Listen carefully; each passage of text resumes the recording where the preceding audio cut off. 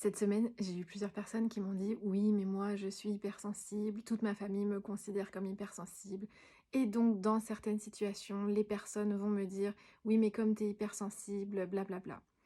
Et si on arrêtait un instant de se considérer comme hypersensible? Ce qui se passe, c'est que les personnes qui vous disent ça ou qui vous font ressentir que votre hypersensibilité est un problème, c'est parce que vous abordez des sujets qui dérangent. C'est parce que vous réagissez à des endroits où il y a des dépassements de limites, où il y a de l'irrespect, votre intégrité n'est pas prise en compte. L'environnement dans lequel vous êtes n'est pas prêt à le recevoir. Par contre, votre corps, lui, il le reçoit, hein. Il reçoit que c'est vraiment pas bon pour lui. Donc évidemment qu'il y a une réaction.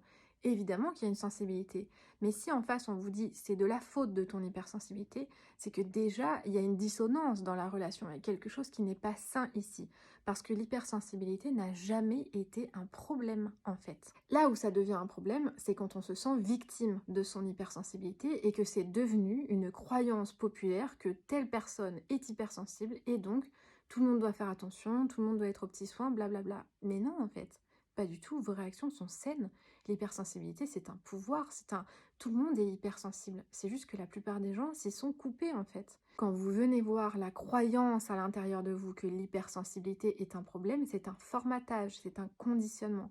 Si vous venez vous-même voir cet aspect de vous, cette hypersensibilité-là, et vous réconcilier avec, et la considérer comme une force qui fait que vous avez une forme de clairvoyance parce que vous êtes toujours connecté à votre corps qui ressent le bon et le moins bon pour pouvoir le tourner à votre avantage en fait. Ça, c'est absolument incroyable, mais toujours est-il qu'il faut faire le deuil parce que quand j'accepte que moi-même, j'ai fini par considérer ça pas bon chez moi, à l'intérieur de soi, il y a un combat en fait. Et donc venir faire la paix en soi, c'est aussi venir faire le deuil de cette version de vous qui, pour s'adapter, s'est fondue dans un environnement en acceptant d'être la méchante ou la mauvaise ou le problème de l'histoire en fait.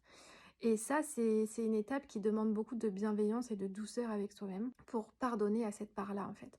Pour lui dire c'est ok, je comprends ce mécanisme et je comprends pourquoi tu as fait ça, mais aujourd'hui ce n'est plus vrai pour moi.